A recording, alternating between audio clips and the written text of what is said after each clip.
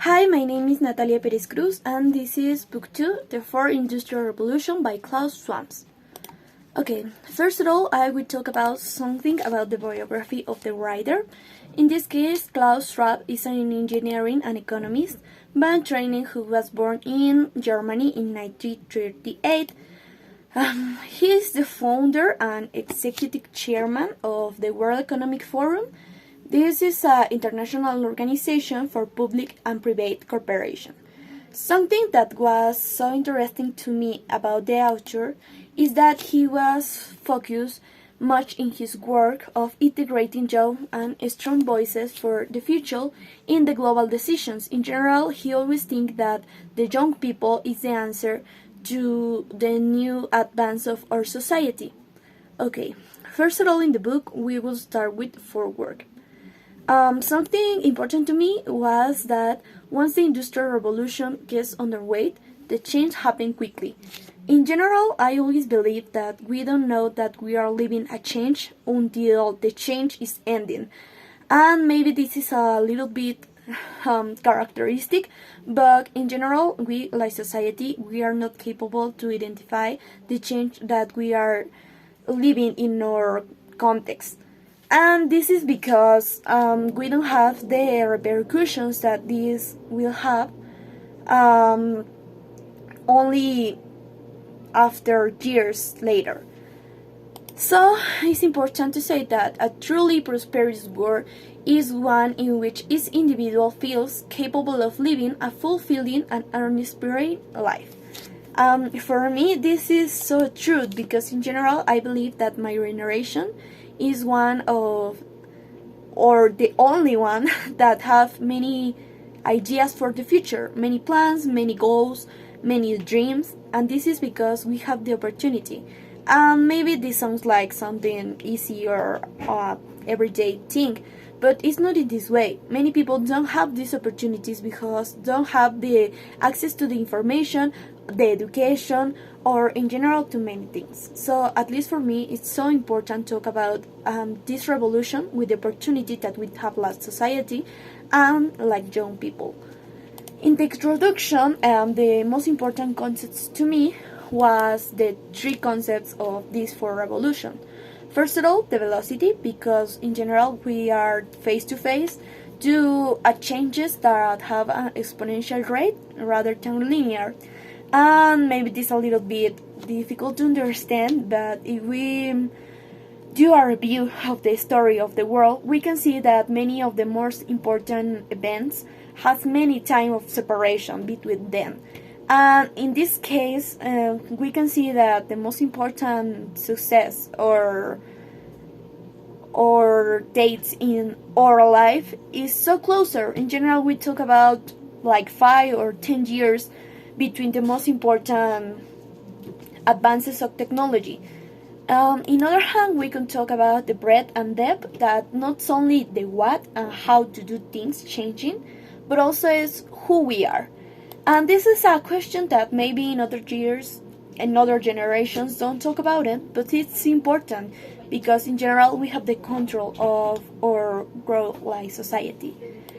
And finally, the system impacts, that is a transformation of complex systems.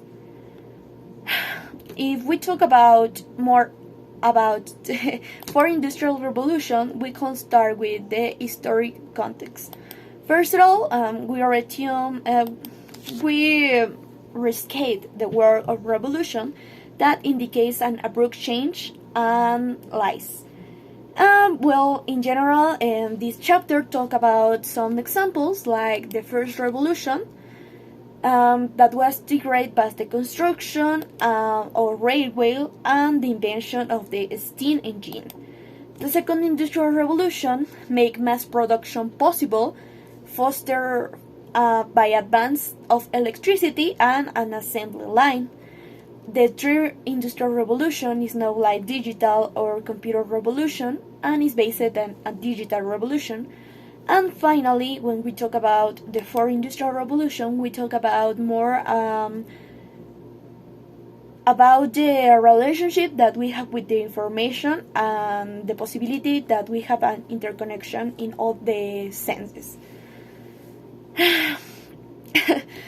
Next, we talk about a profound and systematic change. And in general, give us some examples about how the technology is part of our lives. For example, the artificial intelligence that is present everywhere. Maybe also talk about the robotic personal assistants, many other things that we have next to us all the days. The reality of the reality of inevitably of the effects it will have us doesn't mean that we are not powerless against it.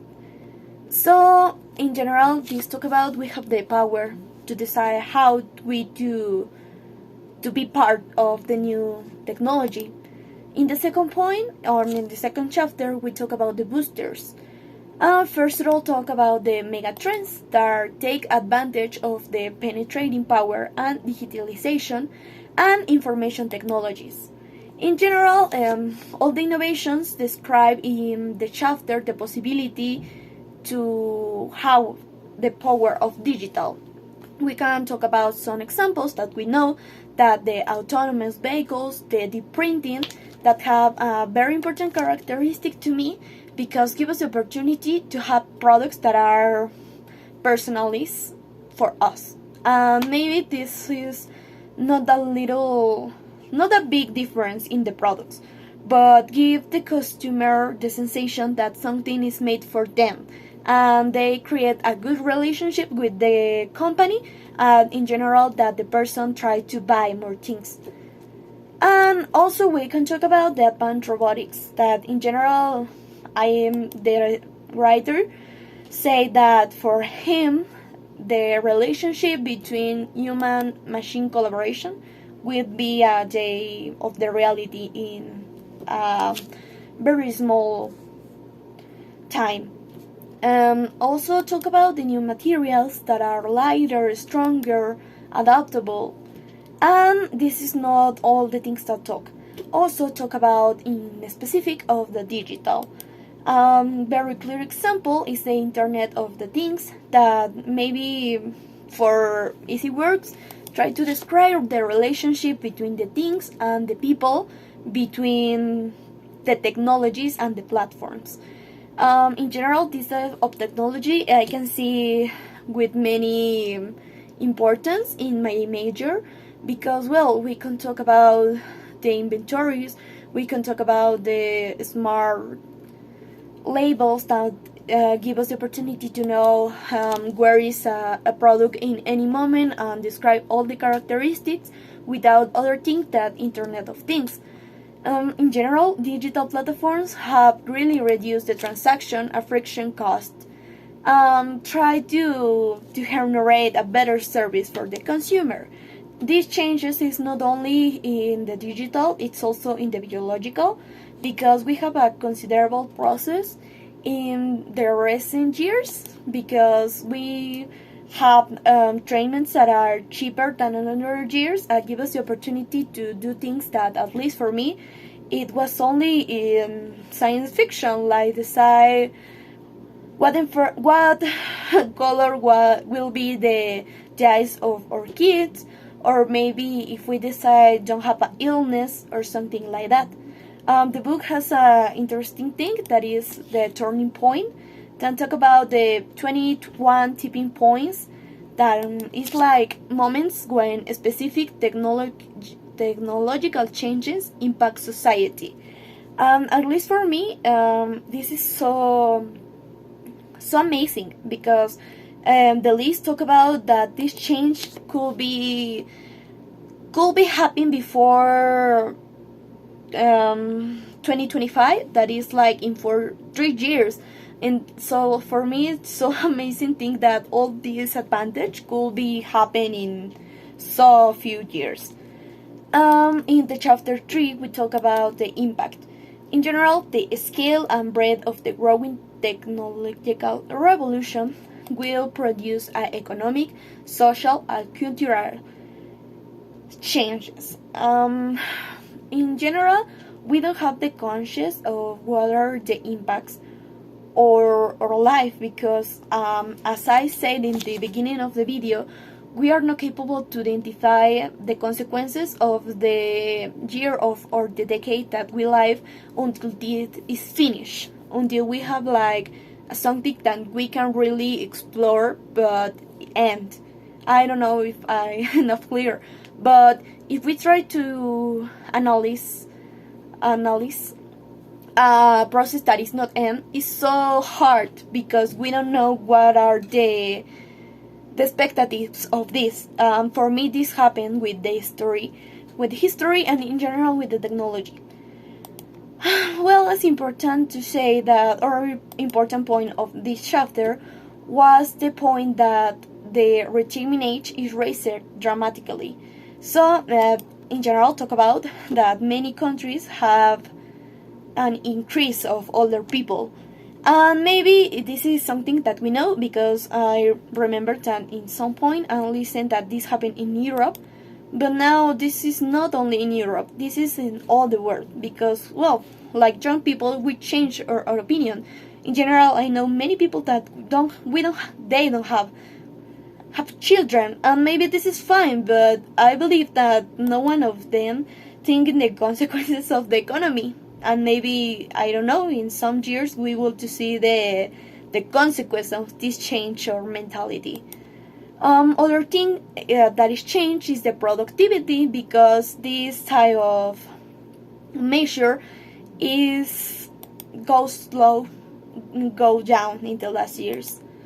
Other important topic is employment, because many times we believe that the technology will change our work or type of work, and well, this is true.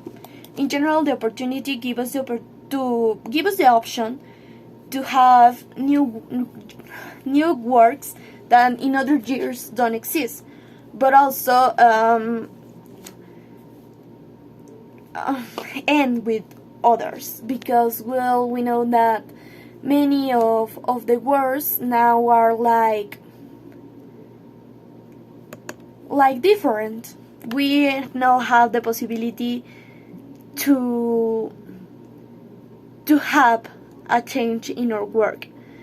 In general, this is opportunity to the companies to change the way to operate and make their process faster and with a better agility. But it's important to know that it's complicated, because many of the works that will exist in some years, it was only something that are focused in creativity or take decisions. Well, it's a big opportunity area for all the people. The authors say that a successful organization will increase in more structures and collaborative models, and this combination of the digital, physical, and biological works. And also talk about something that, at least for me, is very interesting, because talk about how the government now is working like a company of services, because they need to learn how to increase her power and provide to the people a way to make us happy. This is a little bit weird, but it's like now we, our citizens, want that the government give us the services like we are buying something. And in reality, this makes a lot of sense to me, because it's many of the situations with the government that gives the society many doubts. So in this case, with the new revolution, we have the opportunity to judge the ability of our government to do well the things. Other important topic in this book is the war, because we know that now the distinctions between the war and the peace is like not very clear, at least not for us, because, well, now we have that the cyber warfare, or the cyber space, is becoming a site of confrontation, as land, sea, and air in the past. The fourth industrial revolution is not changing what we do, but who we are.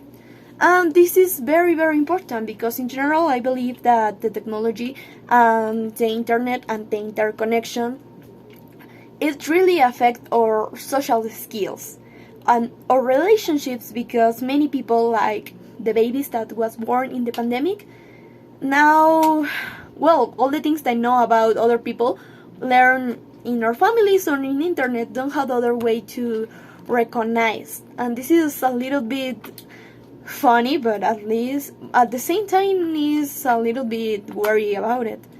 Finally, in the final topic, in the final chapter, talk about the power or confront them and how necessary are these changes for us. And in general, not only the changes, but we have the responsibility to create policies to adapt and process in an emergency environmental. Not only contextual in our mind, like how we understand the changes, but also in emotional, how to process and understand our feelings with these changes, inspired our soul, how we use this sense or individual or a community, physical, because in general, not only the things in our head is changing, also in our body, because we have different type of habits that we don't have in other years. I believe that the last phrase of the author is very important because he says, I firmly believe that the new age of technology, it's shaped in a responsible way, could catalyze a new cultural renaissance that will allow us to feel part of something much bigger than ourselves, a true global civilization. At least for me, this is true, because if we have the knowledge, the tools to be part of this change, we can be part of incredible society that we can imagine, with so many possibilities, not only in economy, also in society, in biological, in many things. And part of this is try to layer or censor only us. Try to think like a community,